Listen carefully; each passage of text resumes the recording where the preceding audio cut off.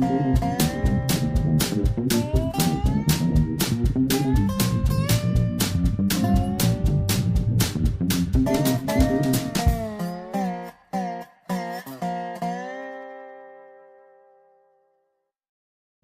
is Dave Monk, the Prairie Monk, WEFT, Champaign 90.1 on your FM dial. And Dave on the board. And we have guests today, Dennis Roberts and Steve Wald. And they're going to tell us something about a tree. But first of all, I want to remind you a few other things. First of all, I've had to deal with I just came in at 3 o'clock last night after dealing with burst pipe. As climate changes, so the Arctic air comes further down, and you're going to get more cold in some places as well as more warmth. So having a cold season means that many of you out there will need to make sure that you don't have a pipe against an outside wall. In the future, you may have lower temperatures. And so the plumber that came to fix this pipe it's in our warehouse, and he had 100 calls for burst pipes. So it would behoove you, if you're out there, to make sure that your pipes are not up against a concrete brick or a wall that's got access to cold. If it's low, where you have soil, that's friendly, but once you get up in the air, it can freeze. And if it's copper pipe, it's likely to freeze more, I think, than a steel pipe.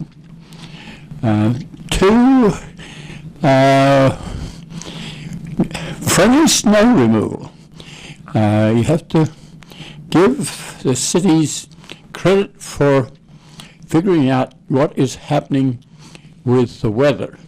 We've had a fairly cold weather with a lot of snow. Do you wait for it to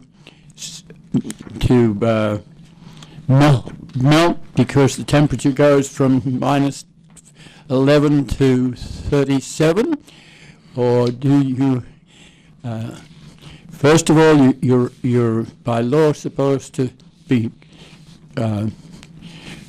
shoveling your snow 4 feet wide so people can get in and out.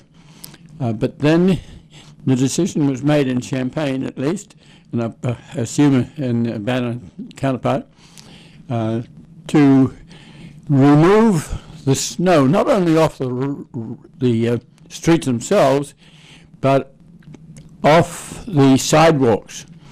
And that can be a problem. I had a friendly call, and I really appreciate it, from the city, because I have a bench outside which we use to work with salvage and which people sit on. In summertime we have flowers out there and antique things in the window, and people enjoy that seat. But I was asked to move it. Well, that's a problem. It has a key because otherwise it would float off. And last time we did this in the middle of winter, the whole bench disappeared, and the city kindly made me a replacement, which is a very good bench, so it's locked down. Just even finding the key is a problem.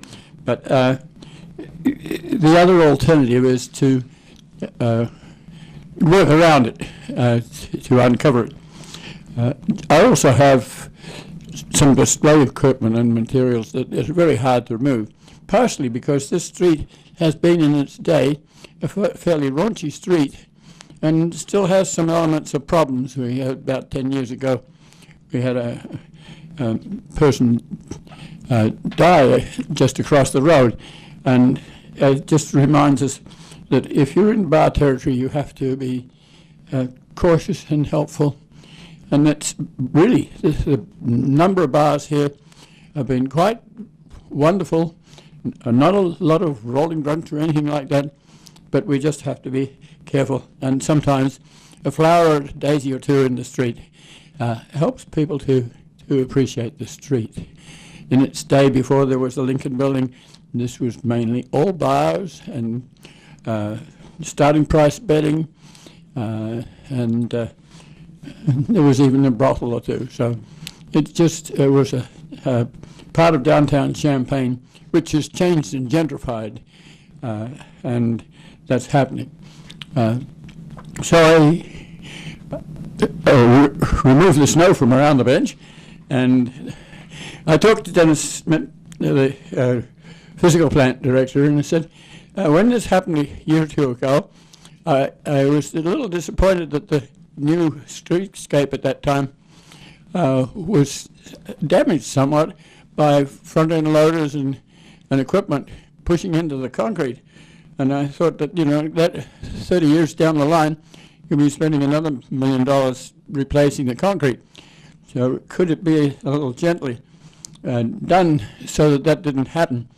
And Dennis was not sure that was totally true. But I had been around a number of streets and recorded that. I'd not really taken it any further, but I thought I'd call Dennis, and he listened to me and explained that what they were going to do was put skidsters on, taking this stuff out at the side, and they were going to uncover the bicycle racks, which are a problem because a bicycle tied up can often get disconvolvulated by this sort of activity. But I was very, very pleased. They came by midnight Friday, and a crew came and removed the snow from around every bicycle rack, and I removed it around my deck, and they came with skidsters, and the skidsters took the basic snow out into the middle of the street and made a pile, so then a big front-end loader could come along and put it in a truck and take it away. So I'm very pleased with that, and I want to congratulate the city on doing that. Another thing I wanted to mention was the front page of the News Gazette, Way Clear for Trail Project. And that's rather wonderful. We've been talking about it quite a bit. I want to get to the tree, but it's a little strange for us because when we wanted to, after like 20 years of work, we wanted to take out a federal Rail Banking Act interim trail use agreement. We had proselytized the community, warned them that there was a Rail Banking Act, which is a cooperative deal between bicycle people and the rail people to try and save some of the rail beds. The federal government felt that they were taking out too many railroads. They didn't have enough networking to get troops across the country and things like that. So they made a deal with the rail trail people to allow for a trail. They quieted the titles so there was contiguity of the trail. They kept the bridges, which usually are taken out by mandate so that no one will commit suicide off the bridge. And they gave money. So on that basis, CCDC took over, but Heartland Pathways was game to take the move, and whenever no one else would do it, we signed an interim trail use agreement between Conrail, ourselves, and Surface Transportation, which is more or less the Federal Department of Transportation. And we went to various organizations like cities and the like to get funding, because what we were doing there was promising to buy the land from Conrail, and then we would own it, but with the quid pro quo that if a railroad wanted to come back in, they could do so. So if you could imagine the politics, that you would have a new industry at Fithian, for instance. The politics could be that they would need a railhead that could come back. That always worries the recreational people who dearly want a rail trail, and there are thousands of these across the country now. They're very, very popular, and the railroads are getting a little wary of them because very, very few of them have gone back to rail. But when they have gone back to rail, there's been a mountain of protests from people who don't realize that the money that they've used to make the trail is coming from the Surface Transportation Rail Banking Act. So we were out there with little promos that before the rail was taken off the bridge, we tried to get $3,000 to keep the rail on the bridge because it keeps the bridge together, things like that. So we did a lot of the basic work, but not a word of that comes out in the reports from the newspaper and the like. So that's very pleasing. It eventually CSX bought it. CSX then wanted an arm and a leg for the price. The agreement has been $600,000 from the Forest Preserve, $600,000 from the Vermilion County Conservation District, and enhancement money coming from the Federal Surface Transportation at Springfield, and state and business and tourism money, and voluntary money. This trail will go into action, and it may be 50 or 100 years before there was any question about being reused as a rail, and that's very good. It's a multi-million-dollar process. Just fixing up the bridge at Danville over the Vermilion River. It's 160 feet off the ground, quarter mile long, and that will take probably quite a bit of money to make sure that there's fences on the side so that people don't fall off, and a surface on the top so people can travel on it. And then there'll be need in Urbana and Danville, there will need to be starting points. So where do you come from Dobbins Drive to Main Street to go along by Walmart and out to Mayview and on? So that's enough for that one. Quick question, if I could. Yes. So it sounds as though we paid CSX on the order of $1.2 million or something for the right to take what used to be their railway and put a trail up there. If we had simply said, you know what, we don't want this possibility that 50 years from now they could come back and say, knock, knock, knock, we want to use that for rail again, what would it have cost to have actually bought, permanently, just owned all of that length? I think as I read it, CSX wanted $2.1 million. So this cut it about in half. You're paying about half as much, with the possibility that, again, 50 years from now, and again, the sooner they come back and say, okay, we want it back now, the more they have to pay you for the work that you've put in, and now you're not going to be able to use the trail anymore. The advantage to CSX is that they have the right to come back in, or any other railroad has the right to come back in. They also have accepted a payment of $120,000, which is about the appraisal price. You take the adjacent land and halve it because there's junk and whatnot on the railroad bed. So that's a reasonable price, but CSX wants more than that. So they've taken a write-off for the rest. It's a tax write-off, and that's advantageous. So CSX gets the advantage of railback and tax exemption. The rail trail people get the action.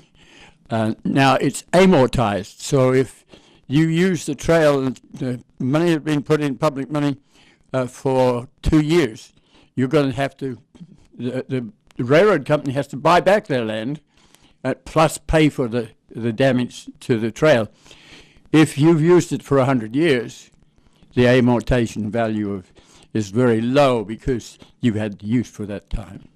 But the lawyers associated with the rail trail people are very definite about encouraging people to realize that this is an interim trail use agreement, and the money that you're getting is called enhancement money.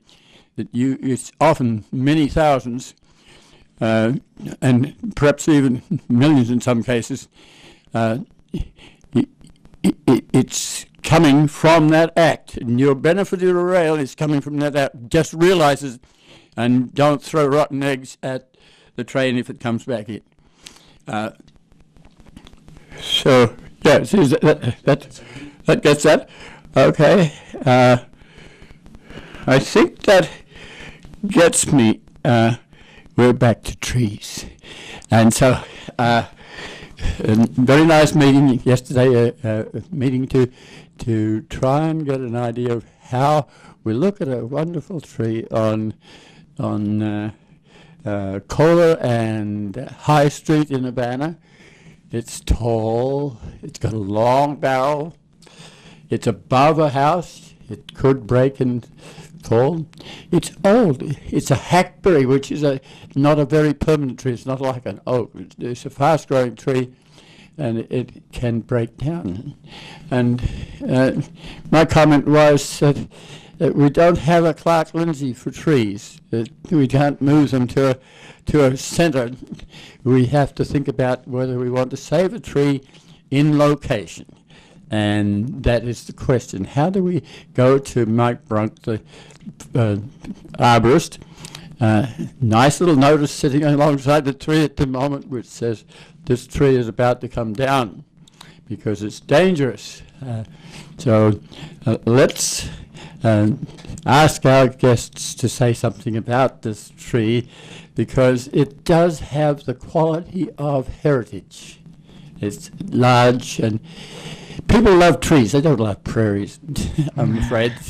They can hug a tree and in fact some of the people at the meeting were thinking to hug this tree. So there's a sort of spiritual sensitivity here in the neighborhood to save this tree. How do you do it, and what is the technology that's involved? So, Dennis, tell us something about the tree and why you would want to save it. So, thank you so much for inviting us yesterday to come onto the program and talk about this what we hope to make a legacy tree in Urbana. And I'll just say that I'm a member of the City Council. I live in East Urbana. But I have often enjoyed the beautiful arboreal forest that we have in this town. I live in an upstairs part of my home. I often watch squirrels rampaging up and down the branches of the trees outside my windows, and the birds who come and eat the berries off of the various bushes. And I have a large hackberry on my property, and I can attest to they're prolific in attempting to spread from seed pods or little berries throughout my backyard. But this particular tree is an immense, noticeably huge monarch in terms of hackberry status. And it had just come to my recent attention when I received an email from Steve Wald, who's also sitting here, that the tree had been marked for removal by the Arbor Division.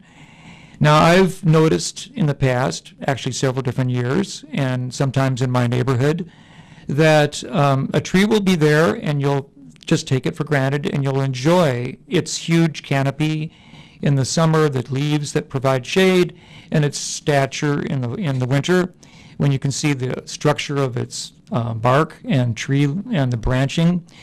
And you think, well, this is a beautiful tree in my neighborhood. And then one day you'll come and there's a crew in the tree, and already a third of it is missing, and more and more is being cut down. And you walk up to the crew and say, what is happening? What's going on? Why are you doing this? And they'll say, well, this tree was slated for removal and we're doing it. Well, that is a great concern to the neighborhood and those people who love trees. And we found that there was a white dot indicating selection for removal on this tree in particular. And I appreciate Steve Wald drawing it to all of our attention. And I think that I'll let him mention a little bit about his experience with the tree. And the fact is that we're trying to ask the questions, how to preserve the tree rather than to remove it.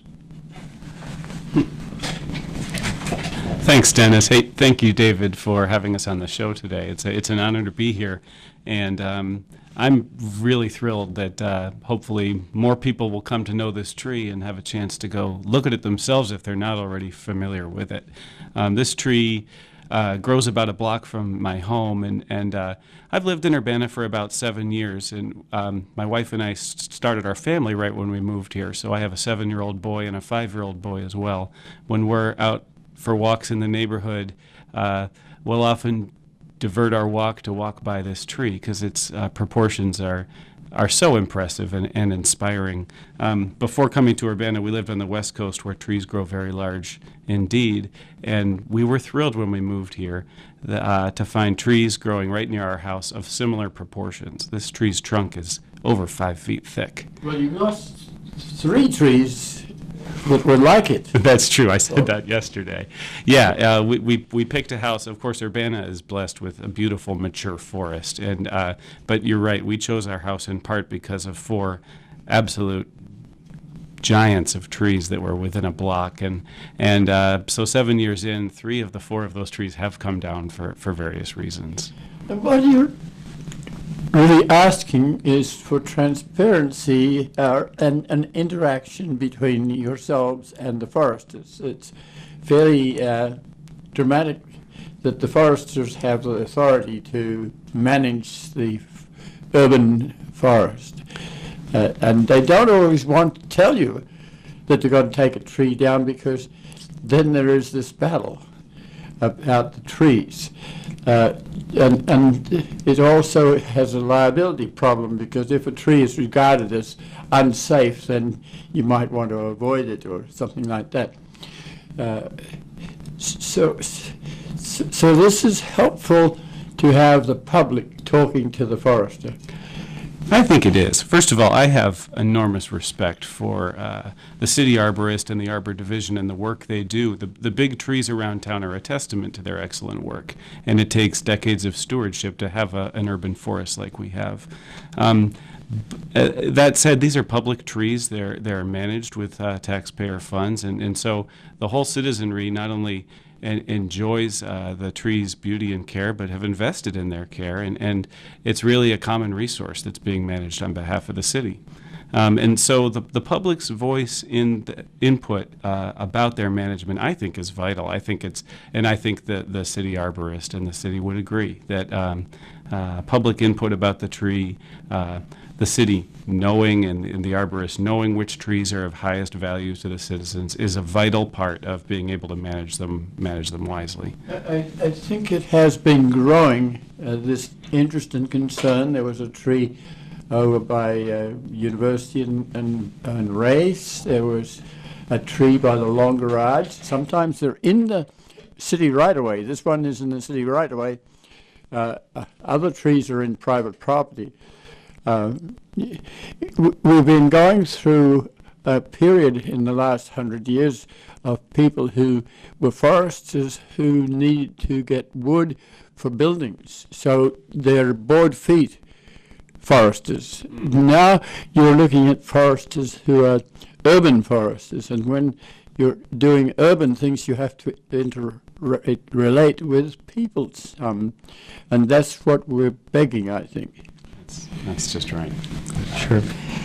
Yes, and to help in that direction, fairly recently, the City of Urbana adopted a legacy tree program passed by ordinance, and it helps to establish not only a standard for honoring the important trees in our community and also locating them on a forestry map of the city, but it also gives a process for nominating trees both on private property and in the right-of-way of the public to be recognized as a legacy tree.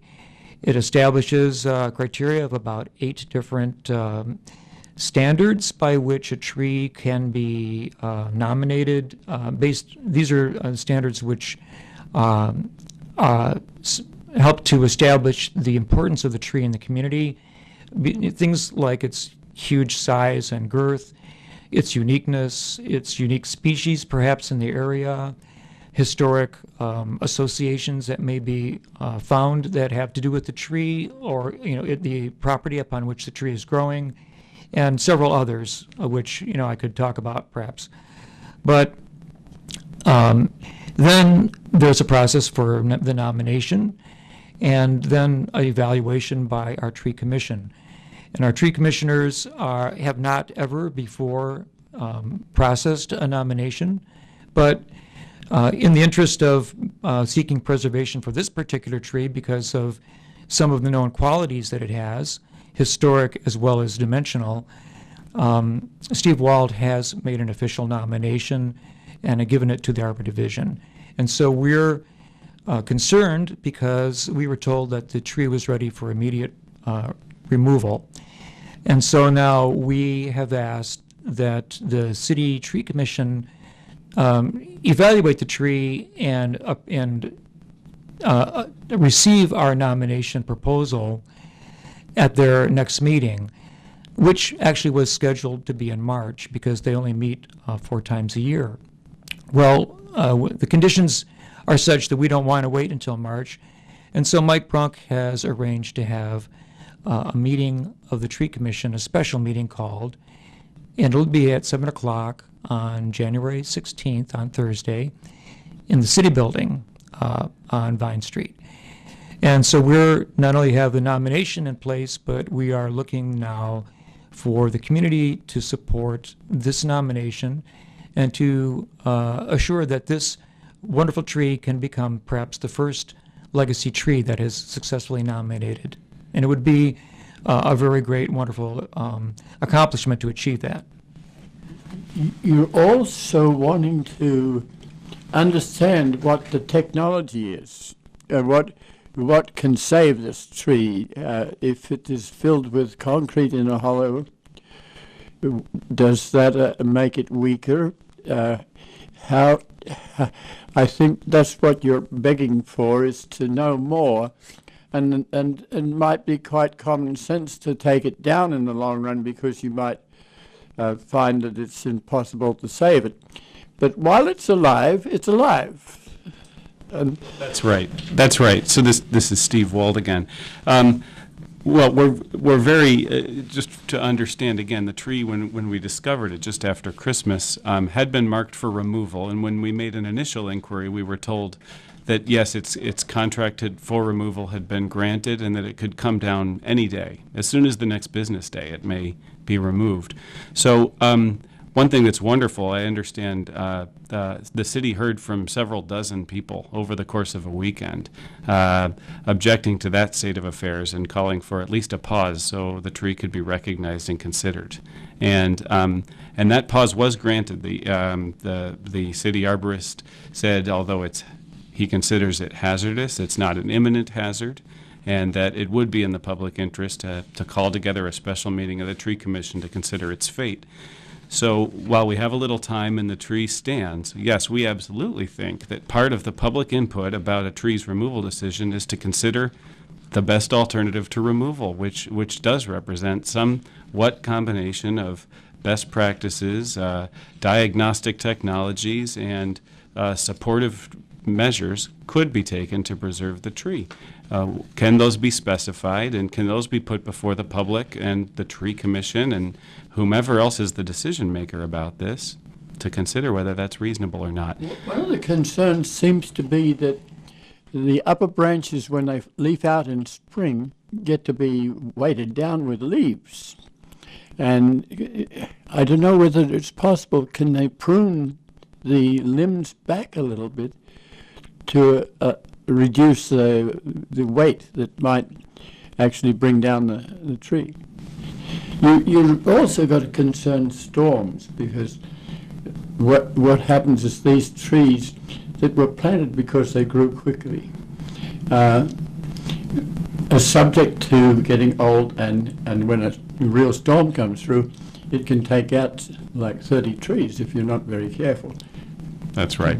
Well, and this tree, which we estimate to be, well over 100 years old, perhaps 200 years old, has obviously weathered many storms in its day. As the tree ages, its transition from into decline and potential fragility is obviously along a continuum. It's a gray area. There's nothing immediate about the tree that would would suggest it's become suddenly weaker than it was a week ago, a month ago, a year ago. But you're right. The question of what can be done in terms of reducing the hazard is really one of the first questions that we would have. One of the questions might be that if technological measures have to be taken, it may be costly. So then you need fundraising in the community to try and save the tree using the technology that might be recommended. It's not a situation where it's a we they. It's a situation of we they together trying to figure out what you can do with this elderly tree. Yes, that's very true. And our community has the resources at hand to address a lot of the questions that might come up.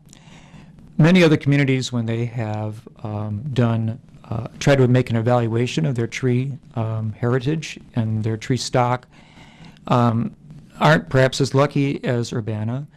We have different departments at the university. We have structural engineer department that might be able to talk about and measure, torque ability or torque data, about tensile strength of the bark. There are ways of testing that.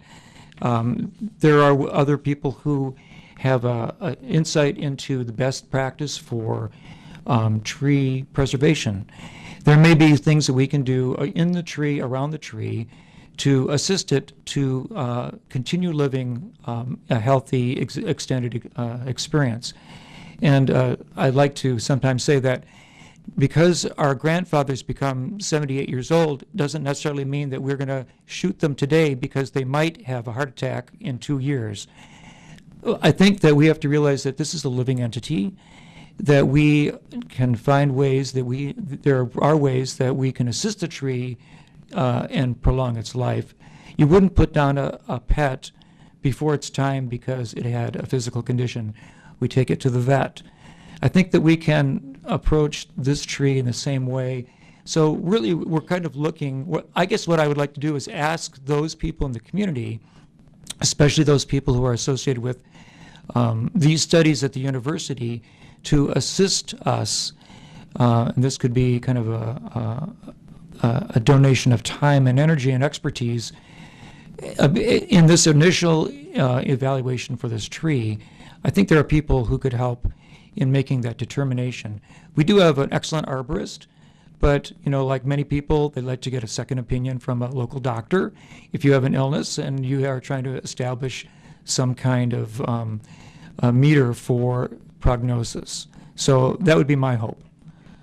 I would comment that I drove down that street yesterday, and it's a brick street. And it's had parking on both sides, and you can see where the cars have been parking, and they've made a small dent in the street. So there's a puddle of water, and there's a sequence of puddles of water all the way down the street. And it reminds you that this is a historic street. To repair that street, it means taking up the brick, putting sand underneath, turning the brick over so it wears in a different manner. And so this is a historic street in that sense. So say something about the spirituality of the corridor, the streetscape. The building next door is an older building. It's characteristic of the area. It is changing in use. You have young children. It's gone through an era of older people retiring. And so this is a younger generation. This concern a younger generation. Yeah. Say something about the people who wanted to hug this tree. Oh, well, again, I live about a block from the tree, and I'll say what's remarkable about this intersection of High and Kohler is it is, as you say, High Street is one of the brick streets in Urbana. It's just a block from Illinois Street and Green Street, both of which are a little busier, but this corner is kind of like a whole world away, even though it's just a block away. And the tree is a big part of that. This tree makes a canopy that's 90 feet wide And we have some other trees in town that spread that wide, but it's also 110 feet tall. So when you're looking up, you have this ceiling over you, completely enveloping the 3-story houses. I mean, the 2-story houses with attic around it. And it just forms this big outdoor room. And this is not a tree like a basswood. A basswood has tillers. It's called Tilia americana. And it has a burr rabbit hole in the buttress roots, and you can imagine organisms getting in there and finding the hollow way. And this tree, as a basswood, will fall over, and another trunk will take over. It's sort of from an era of sand dunes where it was covered over, and one tree would die. This is not that sort of tree. See, we need to know about those sorts of things, and the public needs to know about it. A hackberry, I understand it. I'm not a botanist, but I understand it's a relative of the elm tree, and like it has a different branching form than oaks or maples. It stands and has these beautifully fluted branches that kind of soar up and then curve down at their tips. Long barrel. That's right. And you're right, it has a long single trunk.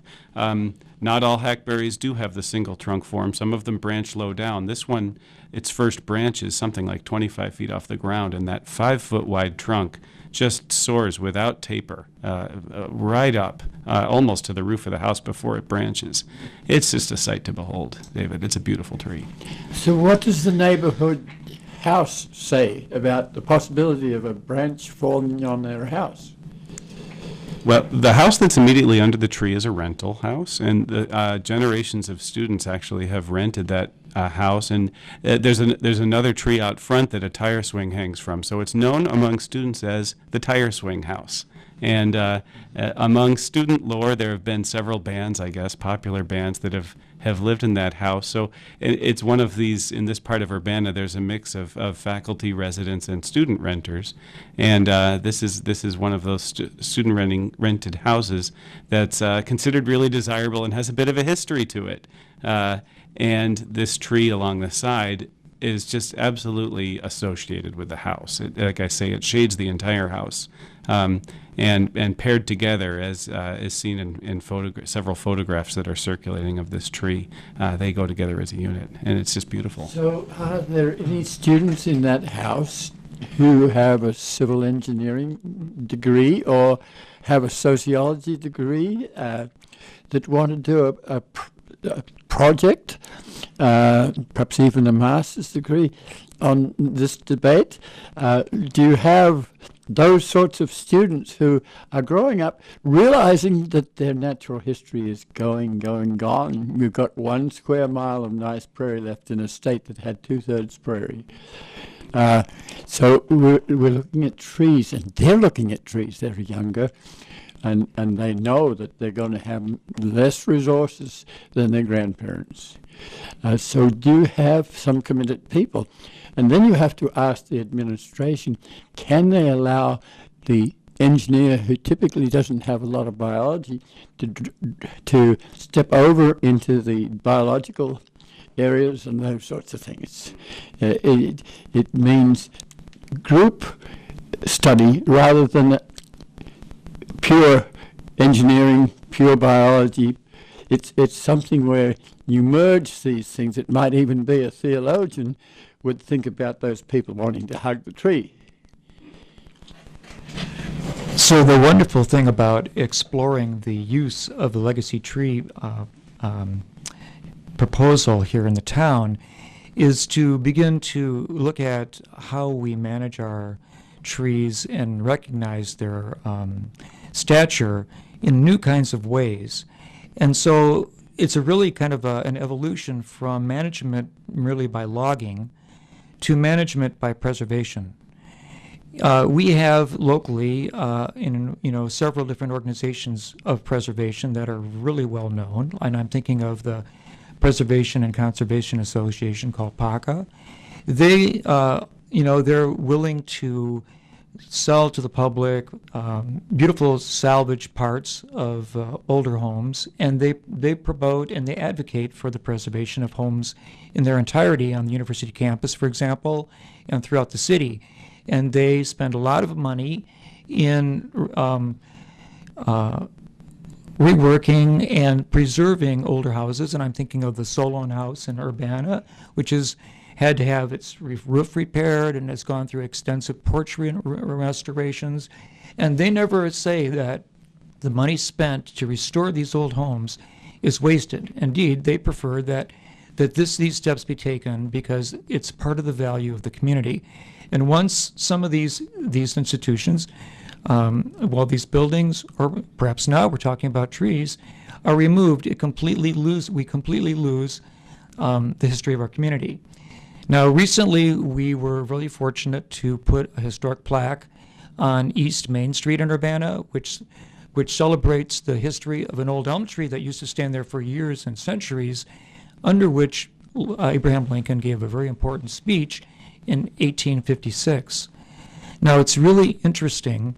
That was during a rally for the presidential race, the first Republican ticket slated in the nation, and John Fremont was the candidate. And Lincoln came out and he reestablished his political career in support of that candidacy at that location in Urbana, in Weber's Grove. And we have now the original stump was in existence, and it was about 25 feet high back in 1902. There are photographs and historic record of it, but eventually was removed.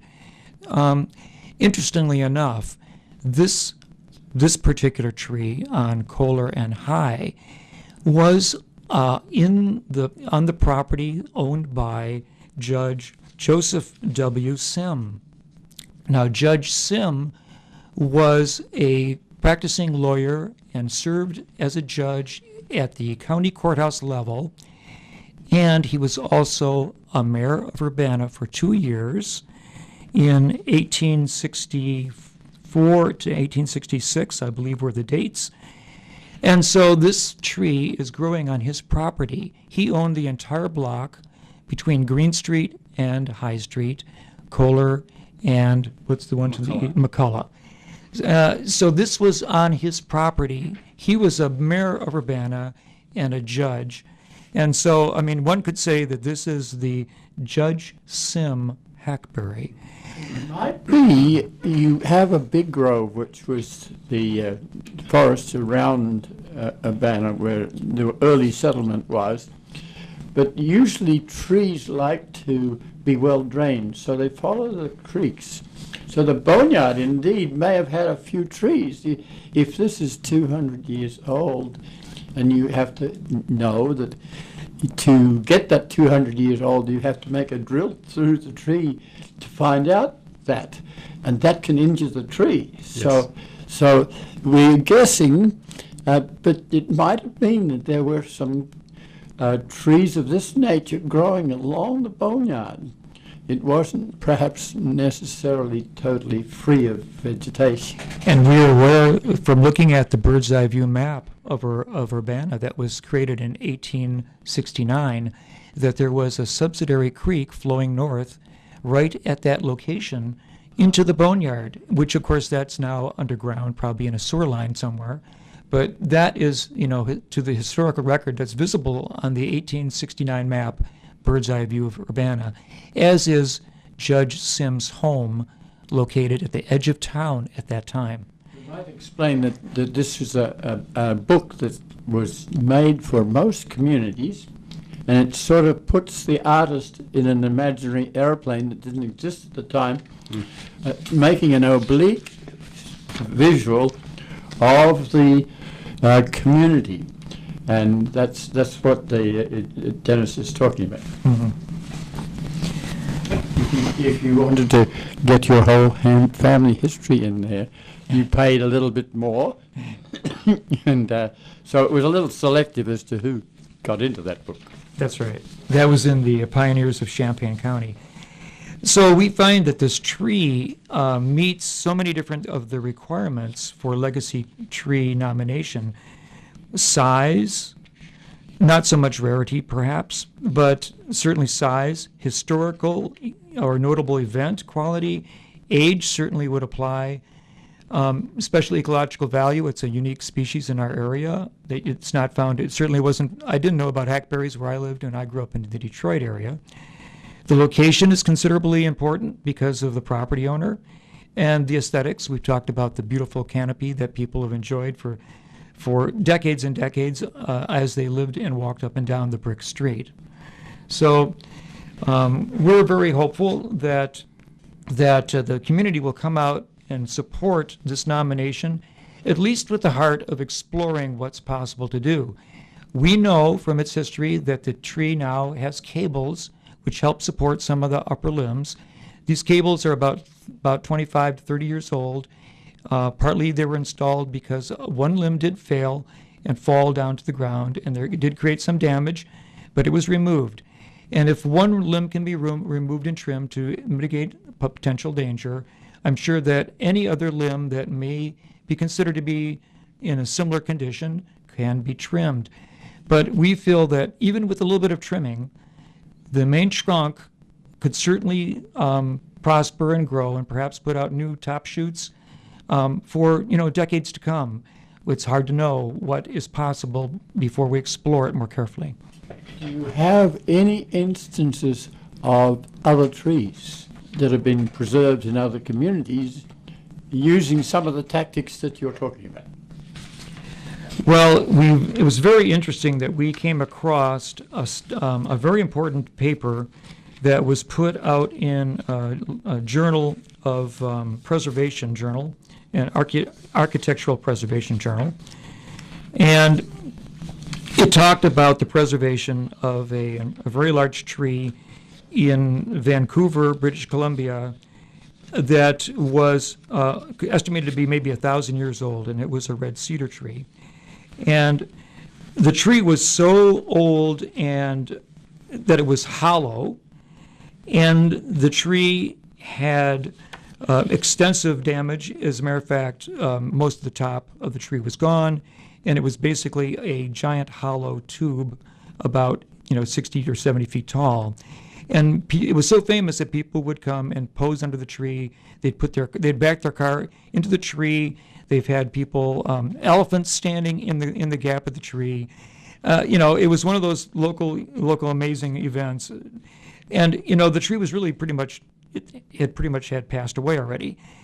But the community decided that it was important historically and as a symbol of the botanical vibrancy of the forestry in the area, and they chose to go through some considerable testing and experimentation about how to stabilize the tree. The park board originally was totally against any activity in that nature, but through public interest, they eventually changed their mind and agreed to work with the community to preserve the tree. And so we have basically a tree that died, and it's totally hollow, and it has a large opening in the front going all the way up the side, which the community chose to preserve.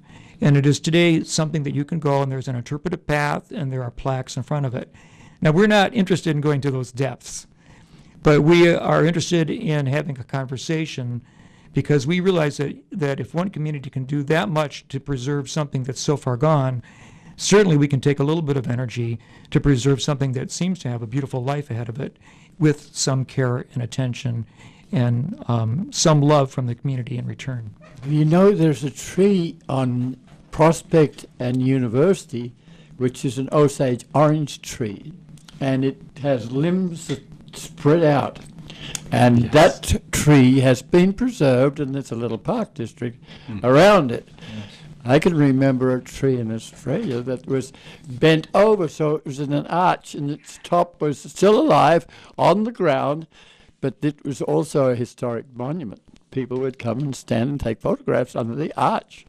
So, yes, there are communities other than our own are concerned, but our own community has already preserved a few trees. There's a tree outside Long's Garage.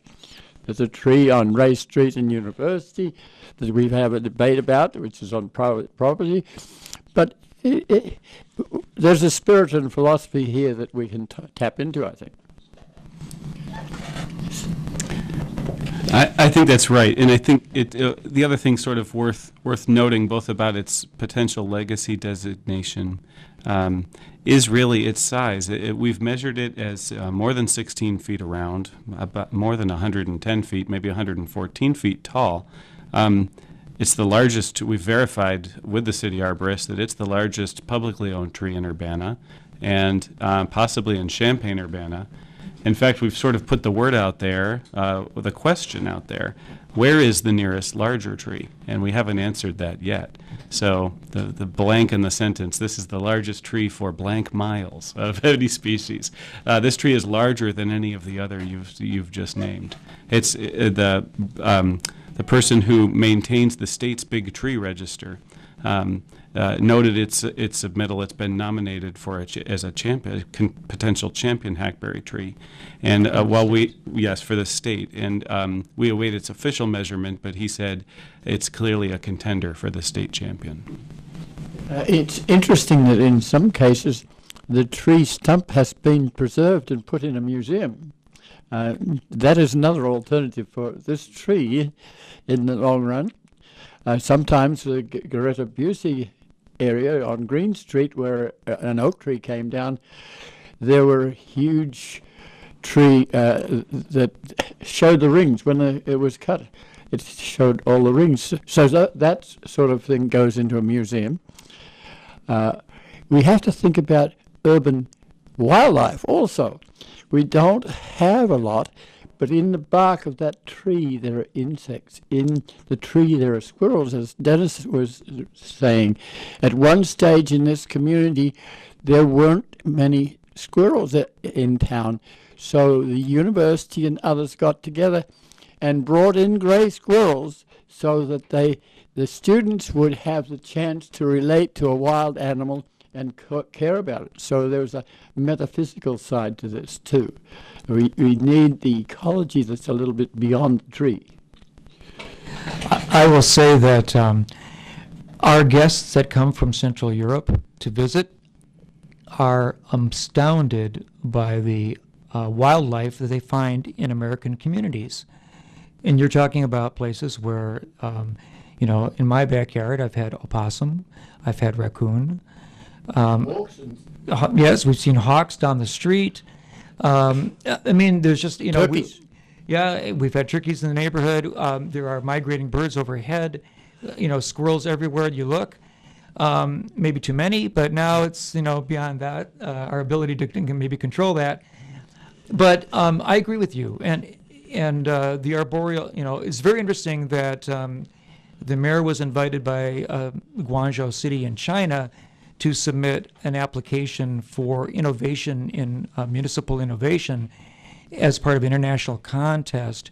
And the topic that the mayor chose was the preservation of trees and diversity of our urban forest in Urbana. And for having submitted an application to the competition, our city, Urbana, has a tree dedicated to it in the city park of Guangzhou City, in their water park, and it's tree number 111. So do you have an organization when you're ramping up your talent to get to the community? Is there an organization? And I'm watching the clock here. Give us some details as to where people can get to you. Where can a high school student call you or get hold of this organization so that they can meet somewhere other than in a closet? It would be room enough for several people to come at once and listen at the city building, perhaps not in regular seating that's very controlled, but rather around a table. I'll answer that question this way, because right now I'm just a neighbor of this tree, but the city has called a public meeting just in this coming week for this tree. So I would encourage anyone who wants to participate in a conversation about it or about our management of our trees going forward, and to meet like-minded people, that the first and best place to do that would be January 16th at 7 p.m. in City Council chambers. Do you have a URL, or do you need a computer nerd to put you up a URL, a web page? Right now, there's a Facebook page about this tree. Okay. Absolutely. Twitter? I have tweeted about this tree. I heard it was been tweeted by somebody from out of state, in fact. Yes, we've already had a tweet posted from California. So, do you mind giving your phone number in case someone would like to contact you? Or Facebook page, if you'd rather not give out personal. Well, no, I don't really do Facebook so much, but my telephone number at home is 344-0069. And, okay, this is Dennis Roberts, an alderman. I'd be happy to take your call. And I'd certainly invite you to come out and support, if you can, at least the exploration of the preservation of this tree. So, say that again, loud and clearly and slowly. Dennis Roberts, and you can call me at 344-0069 to get more information about the meeting on Thursday at 7 o'clock in the City Building. I believe it'll be televised. The Tree Commission will be there to take public information and opinions. And if you missed that, go to Urbana City and get the information. And this program will be aired on Urbana Public Television, Channel 6.